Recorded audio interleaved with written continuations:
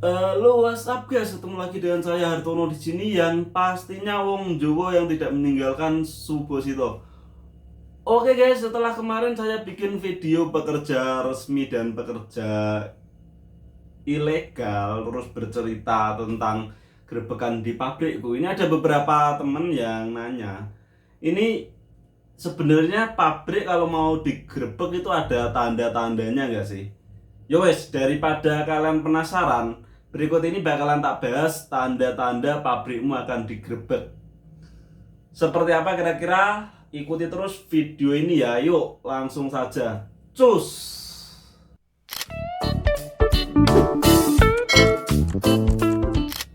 Oke guys, assalamualaikum warahmatullahi wabarakatuh. Ketemu lagi dengan saya Hartono di sini. Buat yang baru gabung, salam kenal. Buat yang udah stay di channel ini, terima kasih banyak udah stay di sini. Semoga sukses selalu dan sehat selalu. Yo wes, langsung aja nggak panjang lebar. Ini mau tak bahas yo. Kira-kira pabrik yang mau digerebek itu ada tanda-tandanya nggak? Ini semua ini tak sampaikan sesuai dengan pengetahuanku dan juga asumsi pribadiku. Jika ada salah-salah mohon untuk dikoreksi dan untuk dimaklumi. Ini sesuai dengan yang tak ketahui, intinya begitu ya guys yo. Disclaimernya ngono iki kene tulisannya disclaimer ngono. Tapi tulisannya ora ketok. Ya sebenarnya gini guys. Pabrik di Korea untuk gerebekan itu yo nggak begitu sering terjadi gerebekan gabungan itu kalau misal lagi ada masalah di pabrik guys. Misal gini, kayak kasus di pabrikku dulu itu ada berantem antara pekerja ilegal dan juga orang Korea asli, terus berantem. Dan orang Koreanya ini waktu itu nggak melakukan perlawanan, bahkan nggak lapor polisi. Biasanya kan ada juga yang lapor polisi terus polisi datang. Kalau misal ada berantem terus lapor polisi, polisi datang, itu insya Allah malah aman. Karena polisi yang datang itu polisi dari Polsek, itu cuma ngatasi orang yang berantem ini, si ilegal ini sama orang Korea ini, mempertemukan terus iya yo masalah ini, memberikan solusi untuk. Tapi yang bahaya itu misal ada orang ilegal yang berantem sama orang Korea asli, tapi orang Koreanya nggak mbales, terus nggak ngundang polisi, terus orang Korea ini udah yo entah masih di situ atau misal langsung keluar. Ini harap was-was teman-teman yang kerja ilegal, kalau misalnya bisa ada berantem begitu harap was-was. Karena waktu itu di tempatku yo berantem ngono terus habis itu orangnya keluar nggak bales dan ternyata nggak lama terjadi gerebekan. Itu juga sebenarnya baru pendapatku sih, maksudnya emang gerebekannya berawal dari situ. Ada satu opsi lagi sebenarnya yang tak pikir, gerebekan apakah dari temenku yang baru kabur, karena waktu itu temenku kabur ini dari daerah mana gitu ya, lupa aku daerah mana, pokoknya daerah bawah. Itu kabur ke tempatku, nomor HP-nya lupa nggak tak itu loh, lupa nggak tak suruh buang. Maksudnya harusnya misal kabur ini buat temen-temen nomor HP-nya untuk dibuang, karena kalau misal bosnya ini laporan yo, maksudnya si bos yang tempat kerjamu lama di phishing terus laporan polisi, otomatis kan ngasih tahu nomormu, ini bisa dilacak kamu kemana. Jadi dua versi itu guys. Kalau misal ada yang baru kabur atau itu harus hati-hati, tenang. Aku juga kemarin sempat kepikiran sebenarnya gerebekan itu berawal dari temanku yang baru kabur atau gimana. Buat teman-teman yang kabur, nomornya mau nunggu diplek-plek dulu di tempat yang jauh, terus yo persiapin beli nomor baru yang nggak pakai namamu, nomor khusus orang swasta aja nggak apa-apa. Ngono. Terus sebenarnya sebelum gerebekan itu apakah ada tanda-tandanya di pabrik? Untuk tanda-tanda yang menyolok nggak ada, tetapi karena saya itu sebagai orang suka aja kayak mengamati hal-hal kecil. Terus di pabrikku dulu kan bebas waktu nih tuh, aku sering banget ngopi, bahkan kerjaku itu 70% ngopi, 30% kerja, tapi kerjanya tetap capek.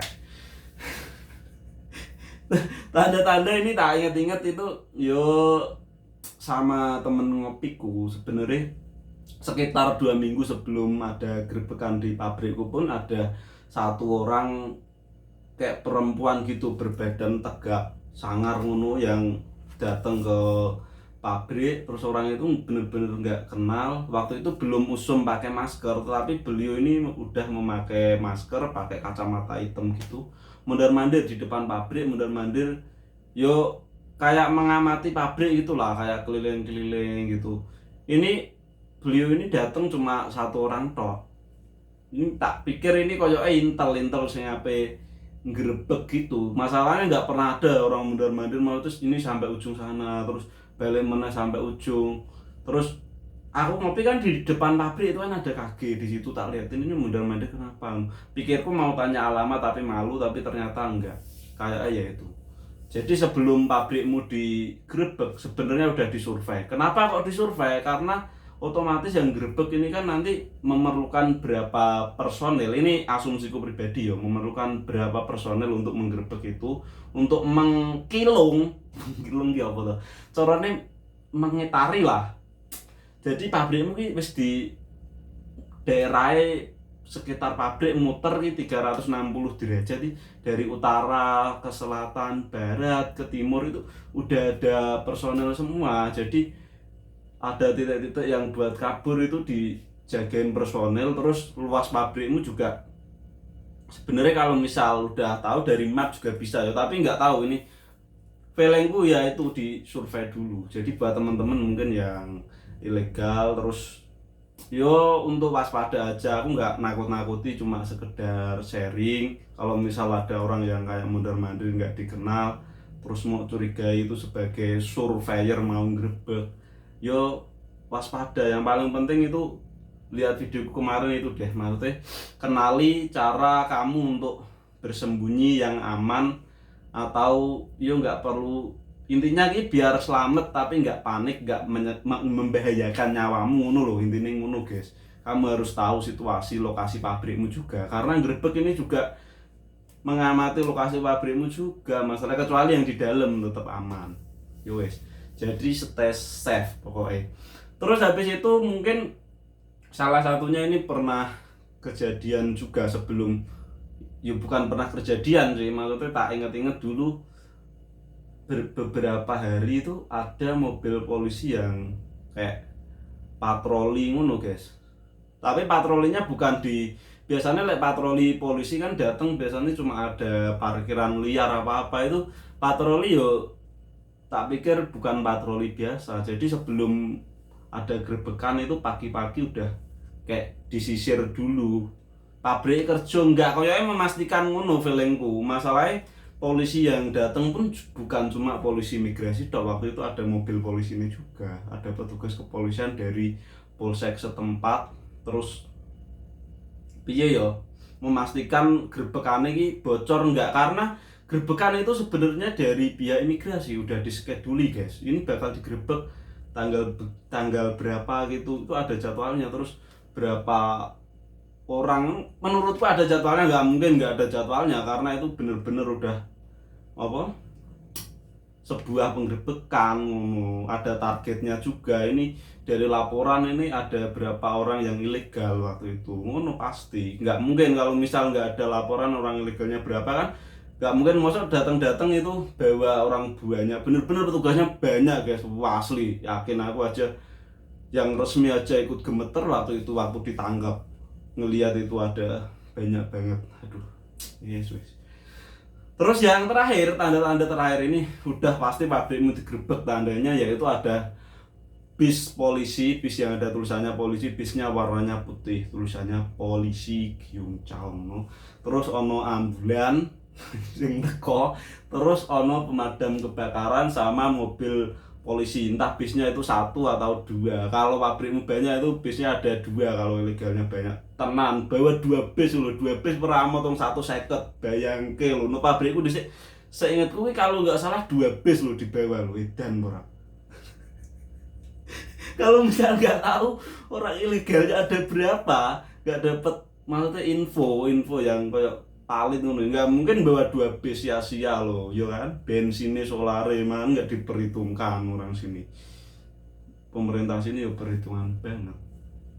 Jadi bener-bener bawa ambulan sama pemadam mungkin untuk yuk jaga-jaga ya, ambulan juga untuk perawatan apa yang mungkin kabur terus kepleset atau piye, pokoknya seperti itu buat teman-teman. Jadi tetap stay safe, kenali lingkungan kerjamu, rencanakan kalau misal ada kemungkinan yang tidak diinginkan, karena gerebekan itu mungkin bukan sebuah, iya saya mendoakan sih semoga nggak ada gerebekan lagi, pabriknya tetap aman-aman, tetapi kan kita harus jaga nih istilahnya yang elek-elek yang dulu guys, hal terburuk itu harus kita antisipasi biar nanti kalau misal terjadi sesuatu itu kita tahu kita harus kemana. Misal aku, wah ini aku ngumpet nek kene iki aman, ibaratnya nggak ono setrum, nggak ono opo, nggak membahayakan diriku, karena keselamatan diri kita itu lebih utama, maksudnya kesehatan diri kita lebih utama. Kalau misalnya emang bener-bener udah nggak bisa lari, wes pasrah, karena rezeki bukan cuma di Korea. Beberapa waktu lalu ini ada sebuah cerita, ini dari teman, bukan cerita ya, memang beneran kejadian. Sekitar 3 minggu yang lalu ini ada teman kita yang di sebuah one room itu bukan digerebek sebenarnya sih, karena berisik lewat malam yo. Ini ada tetangga orang Korea, tetangga one room juga yang ngelaporin. Terus pas dilaporin di sini nih ternyata lagi pada yo main judi, entah judi iseng-iseng atau apa. Tapi karena isinya orang ilegal, ini ada teman kita 2 orang yang gandulan apa yo, pipa gas itu sampai nggak kuat hingga akhirnya meloncat apa jatuh ke bawah, kakinya patah. Itu apa enggak gimana gitu yo, Bu, jangan senekat itu maksudnya. Itu untuk kedepannya juga susah juga untuk pengobatan, terus kalaupun sembuh nanti kan buat kerja juga susah. Kalau misal udah kepepet yo wes pasrah aja. Kalau misal mau aman sebenarnya, kalau kamu udah di kayak gedung yang tinggi lebih dari 2 lantai, kamu itu di pojokan buka jendela angu-angu ngono ae wis polisi wis gak nganu. Tenan aku yakin polisi wis gak maksa-maksa. Soalnya polisi ya wedi engko 64. Asli. Lah misale mang iso kemungkinan kamu ngumpet ya wis ngumpet ae. Piye wong keadaan ngono ya isone ya mau pasrah ngono tok daripada sikil tugel kan. Tapi udah terjadi buat teman-teman, diambil hikmahnya itu. Yo tak doain mudah-mudahan sih pulang sesuai yang direncanakan, berangkat utuh, pulang utuh. Dan untuk teman-teman yang ilegal juga jangan lupa inget tujuan awalmu, biar enggak terlalu lama di sini, terus nanti pas pulang juga yo piye yo enggak rugi lekmu ilegal di luar negeri. Ngono. Pesanku ngono tok sih. Tapi aku sopo kak pesen-pesen. Ya wes, mungkin cukup sekian video kali ini. Itulah beberapa tanda-tanda pabrik akan gerebekan. Jika kalian suka video ini, boleh di like, komen, dan juga share sebanyak-banyak ke media sosialmu. Dan jangan lupa channel ini dengan cara subscribe agar channel ini terus berkembang. Terima kasih sudah menonton sampai selesai. Wassalamualaikum warahmatullahi wabarakatuh. Sampai jumpa lagi di video-video berikutnya. Bye bye. I know you told your friend you're not okay, and tell me what's wrong and why you never say